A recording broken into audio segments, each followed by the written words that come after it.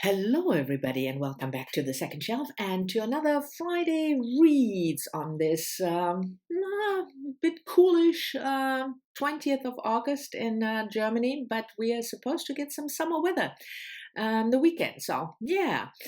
Um, Again, the Friday Reads, the books that I finished, still working on, and the books that I've started.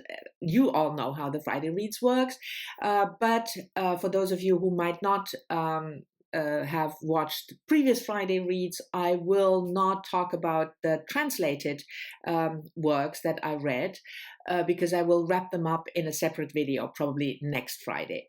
So I will talk about them when I start them, and then you will never hear about them again until I will wrap them up in the separate video. And also because I'm doing the 30 books in 30 days challenge this month, there are a couple of books that I will not be able to talk about because otherwise the video is going to be too long, even though some of you told me that a 30-minute video would be perfect. Thank you very much. But anyway, I will talk about those books that sort of didn't make it into a Friday Reads at also at the end of the month or the beginning of next month. So there will all the books will be talked about, and then of course you will have the tops and flops. So anyway, so the books that I finished that I want to talk about in this video is only two. I'm just to give you also an update, because two doesn't sound that much, but I explained why. It's now the 20th of August. Yeah, I said that already. And I finished 21 books. So I'm pretty much on schedule for the 30 books in 30 days. Anyway, the first book I want to talk about that I finished is a nonfiction work published this year in April, Everybody, by Olivia Laing. Now, Olivia Laing is a British author born in 1977. And I talked about her when I hold this book, that I really love her nonfiction, A Lonely City, about being alone in a big city. The novel Crudo didn't quite work for me, but I really, really like her nonfiction. And this one, quite the chunkster, is no exception. It was a 5-star read for me. And if you follow my channel, you know me. I'm quite stingy with the 5 stars. This book explores the body, and she does that by following the life of a sort of a renegade German psychoanalyst in the early 20th century, Wilhelm Reich. He was a disciple of Freud, and then they had a falling out. I will leave a link to the Wikipedia page where you can get all the information about Wilhelm Reich if you're not familiar with him, down in the description box. So he was very much concerned with the body and the psychological, psychoanalytical aspect of the body. So she takes Wilhelm Reich's life and his various theories is maybe too big a word, but his various ways into exploring the body. And then she really sweeps across the centuries from Nazi Germany to the McCarthy era, modern days, and she talks about people who have explored the body in their work or in other ways. So it's Nina Simone, it's Malcolm X, it's Susan Sontag, of course, with her famous essays about illness. And then she topically, Olivia Laing, she topically talks about various aspects of the body, like illness, like imprisonment, like bodily freedom. I thought it was a brilliant book. It was a brainy book. So it's not like, breeze through these 500 and something pages, but I thought it was absolutely brilliant. And if you're interested in that topic, and especially if you're interested in Wilhelm Reich and people like Susan Sontag and her essays about illness, then I can certainly recommend this book. The next book I finished, I listened to the book on audio. one of the things I do with the 30 books in 30 days challenge. Oh, by the way, I asked you last time with my Friday Reads whether you would be interested in a video about how I do the 30 books in 30 days, tips and tricks. And quite a few of you said, yes, we want to do that. We want to have a video like that. So I will upload that video on Sunday. But anyway, so I listened to an audiobook, Martha Wells' The Murderbot, the third Murderbot Diaries, I should say, the third installment, Rogue Protocol, which was published in 2018. This was a reread for me, and it's about 3 hours long. These are more novella-sized books. And to be quite honest, there's one more I'm listening to now, the fourth, and I think they could have been made into one book. I think the publisher just decided, to bring out novellas because you can make more money if you have 4 books, and they're not cheap even if you buy them on the Kindle. So, but lucky for me, they are on script. And if you're not familiar, the Murderbot is an artificial intelligence kind of person, looking like a human being but being a robot, and they have done things in the past that they are not proud of, and they call themselves the Murderbot. I never know whether to call it they, she, or he. The voice talking, the voice in the audiobook, the voice of the Murderbot is a male voice, so I think I can say he instead of they. But anyway, and then you have all kinds of adventures, and it's more, the story is always really fast paced, and there's a lot of action, but what makes these books so wonderful is the character of the Murderbot, this sort of cynical, self-doubting, self-deprecating, non-human being, and his interaction with humans and emotions, weird things, those emotions. Yeah, I love that series. So it was such a pleasure to revisit the Murderbot Rogue Protocol, and now I'm reading the 4th one. The title of which completely escapes me. I will leave it here. We'll look it up and leave it here down below. The book I'm still working on, I just want to mention that I didn't put it down or anything. I'm still working on Ruby Fruit Jungle by Rita Mae Brown, aka Vintage Brown. It's an LGBTQ plus modern classic published in 1973 about Molly and her coming of age and coming into her sexuality. I have barely made a dent into the book.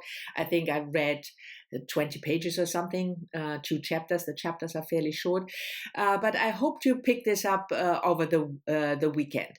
But the reason that I didn't really make a lot of progress in this book is that I have tons of buddy reads at the moment, 3 of which started last week. And the first of those buddy reads is a buddy read with Kathleen, from Kathleen Ann. At least that's what her YouTube channel was called when she was still making videos, but she is still active on Instagram, so I will leave a link to her Instagram account, Mrs. Valdez1, down below. And we are reading Laurie Penny's Bitch Doctrine, published in 2017, a collection of essays written between 2013 and 2017. Laurie Penny is a British feminist,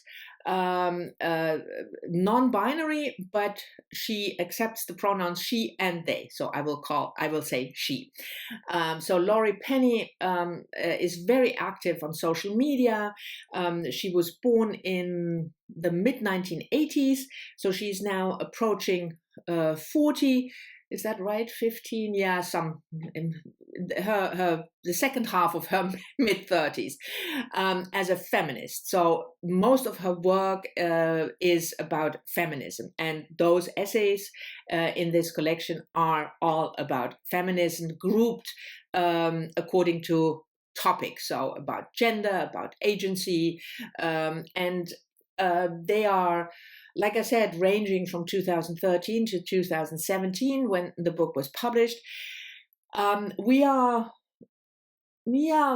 another check-in today on Friday, 2/3 the way in. And so far I can say I like them. I think they're good essays, but they are definitely, pieces that were meant to be published in a magazine or and they were published, or the internet. So shorter essays, and it's more. They are entertaining, maybe more than very, very deep. And I don't mean that in a condescending way, but it's certainly interesting for me, reading the feminist thoughts of a person that much younger than me. So I'm definitely enjoying it. The other book that I'm reading as a buddy read is a buddy read with Terry. Also used to make booktube videos, but I will leave the link to her Instagram page as well, Miss Terry Talks Books. And we are reading The House on the Lagoon by, can you see that? Rosario Ferré. And the book was published, let me check, 1995.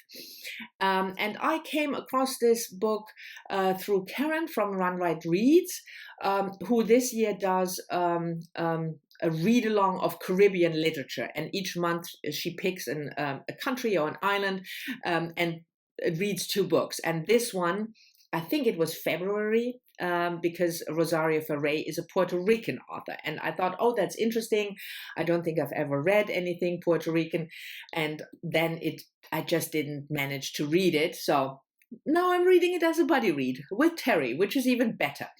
And it's the story starting of a family history starting around World War I, when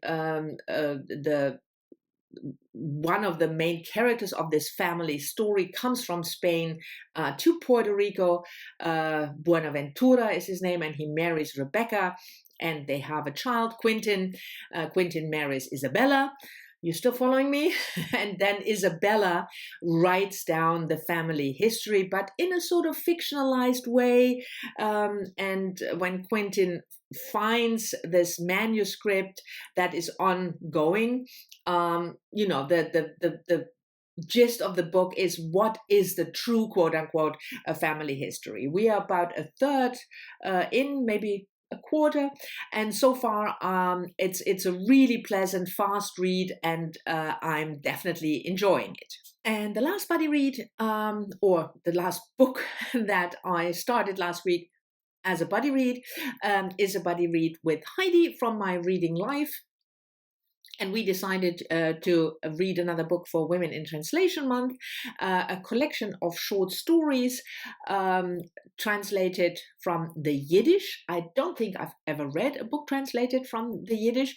But anyway, maybe I should say the name of the author and the title of the book. So the author's name is Yenta Mash, and the book is called in English On the Landing, and it was translated from the Yiddish by Alan Cassidy.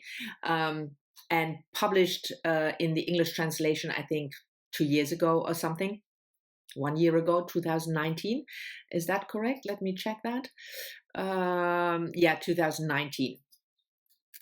The translator, Alan Cassidy, by the way, had a really wonderful a Zoom chat with Sean from Sean the Book Maniac, where they talked about translating from the Yiddish, talking about this author, Yenta Mesh, who died in 2013, I think, when she was in her 90s. This particular book also, because Sean had just finished it and he loved it. So it's absolutely worth giving a try. Yeah, click on the link. Anyway, so Yenta Mesh was a Yiddish author. She was born in what is now part of Moldavia, but then in the 30s, when she was born, it was a part of Russia. And in 1941, she and her parents, her family, were deported to Siberia, to a labor camp there, and she escaped. And then when she was in her 50, I think she was sentenced to like something like 7 or 10 years or something, hard labor, or maybe even more. But she escaped after 7 or 8 years. And then when she was in her 50s, she immigrated to Israel, and then she started to write. The collection I'm reading with Heidi on the landing is highly autobiographical. It is, all the stories are about either the life in Siberia in a labor camp, or the deportation, or coming back, looking back at it. Very bleak in terms of what the stories are about: deportation, starvation, hardship. But we've read 4 stories so far. But the language is beautiful. The imagery is really fantastic. So it's you have the bleakness of what is told, but you also have this really very beautiful language, the way especially nature is described. So it's not all the stories work for me equally well. That's never the case in a short story collection. I mean, you have your favorites. So the first 4 I loved too. One just didn't quite work for me, and one was okay. So that's quite good for as an average. Anyway, this is just started, so I will also wrap this book up once I finished all the books for the Women in Translation month. I think I will probably finish hopefully 7 or 8. So yes, I'm doing okay. Anyway, this was the last book I want to talk about that I started last week. Thank you very much for watching. I hope you've enjoyed it. I'm a little behind on my comments, but still, I'm always looking forward to your comments, and I will do my best to answer all of them. Also the backlog from last week, this weekend, and I'll see you all soon in the next one.